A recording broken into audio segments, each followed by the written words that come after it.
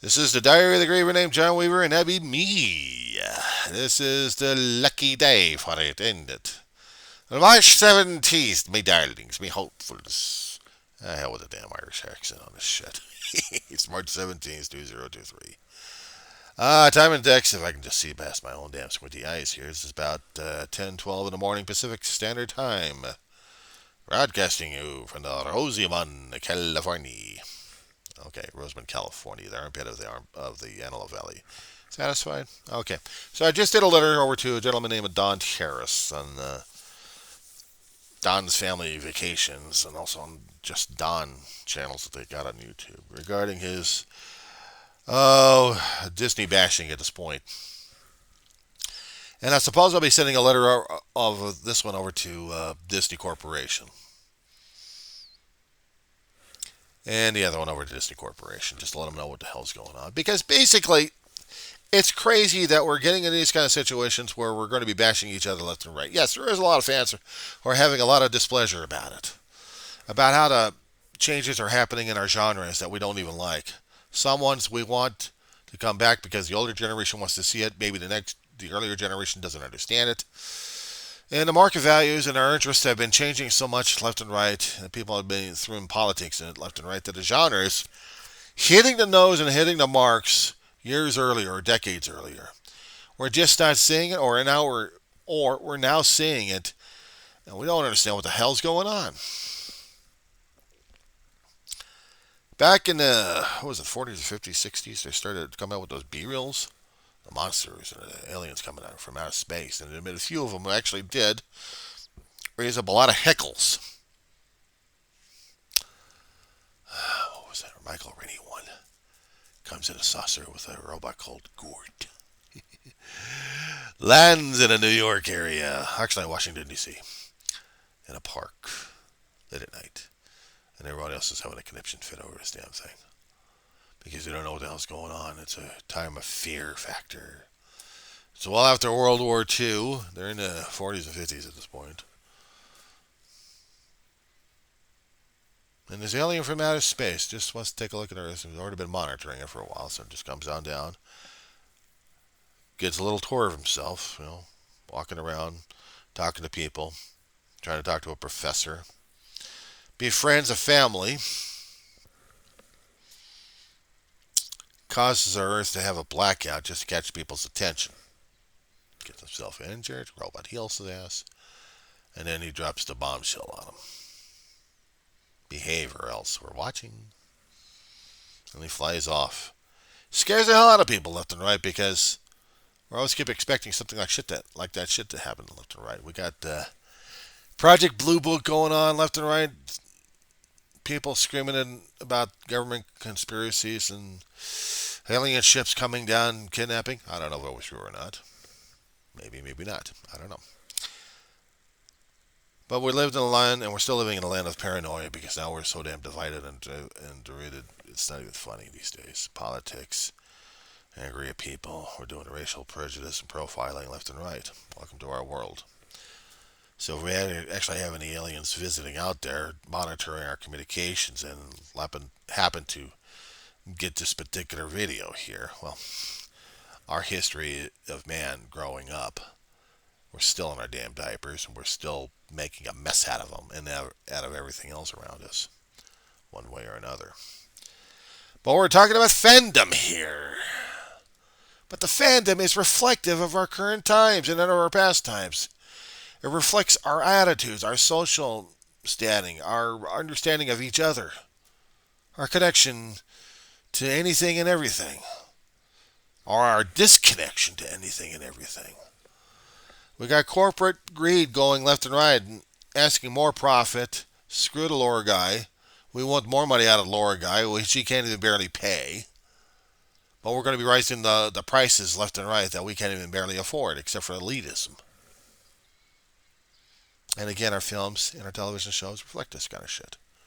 Sometimes hiding the fact, sometimes not hiding the fact. And YouTube is being more communicative on that a lot of times. But when you have fact checkers out there trying to check things out, they'll knock your ass out left and right. We had the biological infestation over the past few years. If the information wasn't correct, you get locked down, or else you get warned. Trying to make a point of one particular situation, and I got my ass chewed on that one. And yes, YouTube, I haven't forgotten. I still got the permanent warning placed on my damn file on that one. But we're talking about fandom. Fandom is a reflection of what we're dealing with, what we're living with, what we are, what we hope to be, what we want to be, and what we can't be because we're so screwed up with our own damn politics and everything else going on these days. We make our little icons. We make our little badges here to wear. Shoving people's faces in. Here I am. I'm an icon here. I'm a fan of this icon here. Deal with that one. Look at the hand. Look at the hand. Look at the hand. Some things we're total fans of because it's something we're doing at a pleasure. Travel is one thing. Going to amusement parks is another thing. Trying to see the movie and TV themes come to life. And whether or not if we're going to be actually able to pay for that shit or not. Even this diary of the Reaver named John Weaver is not funded by any way except for my own damn limited pocketbook. So I am not asking for donations. I'm just doing what I can. And what I can store on flash drives left and right. My computer stored on things like this. All the videos. It's not all the videos on there. It's just containing a major portion, which I got to get me another one. So now I got to spend money for that one. Fans do that. Fans will buy you stuff. Lightsabers sticking out. Somewhere up here, I've got wands for an amusement park to pretend I'm a wizard. In a box behind me, I've got a tricorder lacking a battery. I've got a phaser ready to be charged up with another battery. I've got a communicator ready to sound off and squeak off. For the old series and for the next generation, make the sound effects. Even a Bluetooth. Just to show my fandom. My vest adorned with it. Babylon 5 and its social issues. Star Trek also with the social issues. I'm a fan of it. We all have the corporate controlling the fandom, controlling our interests, but the fans themselves are of the shows. That's the thing we keep forgetting. We have a say, we have a pocketbook, and we can affect. We can affect. We can buy the junk, or else we say, screw the junk. Do what Funko is. Bury it alive like the worms they are. But as being fans, we are true to our word, and we're true to our pocketbooks, and we're also true to our interests. We will pass them down, whatever we get our hands on. If they are worthy, they're gone. If they're not worthy, they're junked. Or they're sold off. Things happen in life where you have no choice but to sell off libraries and collections of sorts just to survive. And I've done that too many damn times. It's hard to sell when you have Disney merchandise and you have to sell them off in a garage sale. Pins I collected for a long time. I still have to make a video on that one. Times visiting amusement park long ago with my family when they were alive. Happier times, happier youth. But not so much. These days I'm hearing more and more gripings and grumblings than anything else. And thanks to social media being the platform as it is, we're able to do that more and more. Affect anything and everything with the power of the word, power of language, power of the pocketbook. So it's a thing that we still have the power over. Or do we? Being convinced by others that things are dead because our interest in it is dead. I tried to talk to this one gentleman concerning about the cruising industry. He works along with the cruising industry. And he's afraid of a genre that's died out because people's different viewpoints of the genre weren't of his or of the fans and of the people that he talked to, probably. But his own personal experiences concerning about it, he felt the whole thing died out. I could also say the same thing about the things I was interested in. A lot of them had died out, but they're still underground. I also have to remind this particular friend of mine here that people across the pond, shall we say, had continued the series since its conception in different ways, main form. And you still have American fans of this institution. It's called A Man with a Blue Box. Or a madman with a blue box, actually. Going across space and time and trying to save everything and anything before anything else goes off. Trying to fix time, trying to repair time, trying to screw up time. Battling the villains who want to control everything. And you had to fall in love with the characters and the storyline. Sometimes they're goofy, and other times they're just like, huh? Yeah. It was a privilege going to conventions left and right. It was a privilege. Be able to afford, scrape enough money for it. You can go to at least one day, spend several hours with the fans and see how screwed up they are. Enroll in a few clubs and see many more fans are connected who are touched one way or another. It changes your life, I'll tell you one thing. I had many interests. I'm still trying to develop a couple of more here and there. If you guys been watching my channel, you've been going through some of the stuff I was talking about, I'd get hot and heavy in a few things left and right. I do. I won't, I won't hold that back. I try to say what's on my heart. Well, in here and also in here. Because I want to make sure that I'm communicating effectively enough for people to understand. I wanted them to understand sometimes day by day we struggle. We all struggle in our lives. We all have fans and we all have interests to keep us from struggling, but also with that we also struggle with it. Because they're a reflection of us one way or another. We're identifying with it. We have a reflection of it. We understand it. We are seeing ourselves in a mirror. We are seeing ourselves in an avatar. We're seeing ourselves as a program. We're seeing ourselves in the form of a droid. Or with pointy ears. Perhaps we see ourselves in a uniform of sorts. Fighting for survival. Exploring the cosmos. Or maybe we're still cowering and hunkering down because of somebody coming from outer space to see the Earth. And we see how alien they are. And then we see the similarities. And we're still scared as hell of it. Maybe it'll be a rotten first contact day. Or maybe it won't. Fans come in different forms and fashions. But we all have controls. We all have our beliefs. We can all make changes one way or another.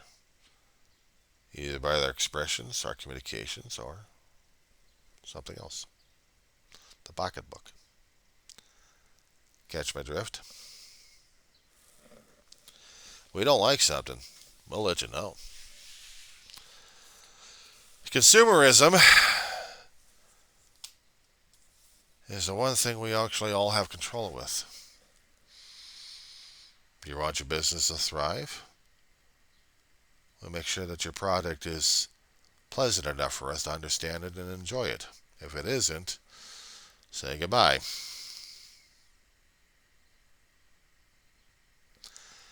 Of course, if you amass so much control over everything else and you said, no, this is how it is, you have to keep forgetting people still pay salaries.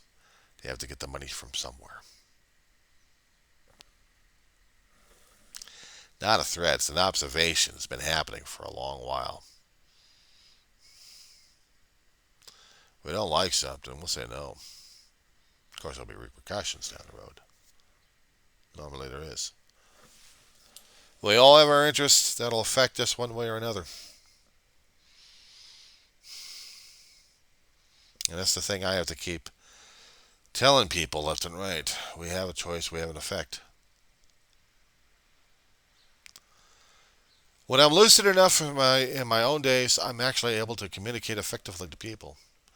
Other days, I wouldn't care less, and I wouldn't want to get on the video half the time because I'm feeling like a lousy, sorry son of a sea dog.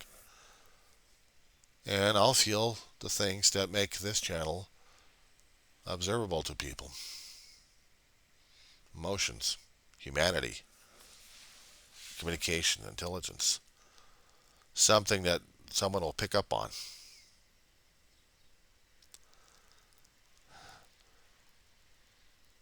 And I will tell you about human frailty. I'll tell you about human misconceptions about our pride, our prejudice, our racial stuff, our ego, our megalomanias. I'm not here to do a lecture. I'm just here to state it as is. I'm not here gathering likes or followers, but I have. I've got them. Just not enough to raise the attentions or the heckles of a social platform. Mainly when I did these videos was basically to get myself out of myself. To let people know and let myself know that it's okay to feel. It's okay to be human. It's okay to be. No matter how bad I get.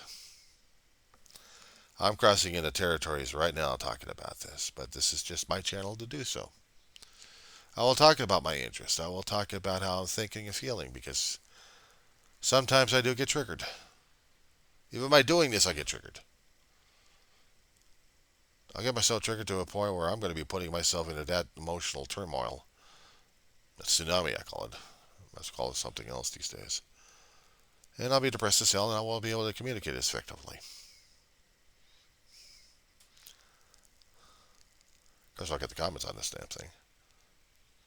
And sometimes I'll meander when it comes down for topics. This is my channel. I'm doing this as a lifeboat of sorts, of memories, of stories, of ideas, of personality, of things that matter to me the most. People will call it a time capsule, maybe. Electronic time capsule. That's dependent upon if the electromagnetic energy doesn't affect anything else around here, including wiping out flash drives. After that, the zeros and ones fade away, and so does everything else. Stories, ideas, and everything else, including about fandoms and everything else. So maybe I won't send this over to Disney because I haven't made this a pure Disney thing to let them know what's going on. What I'm doing is explaining my story and my things and my feelings to people.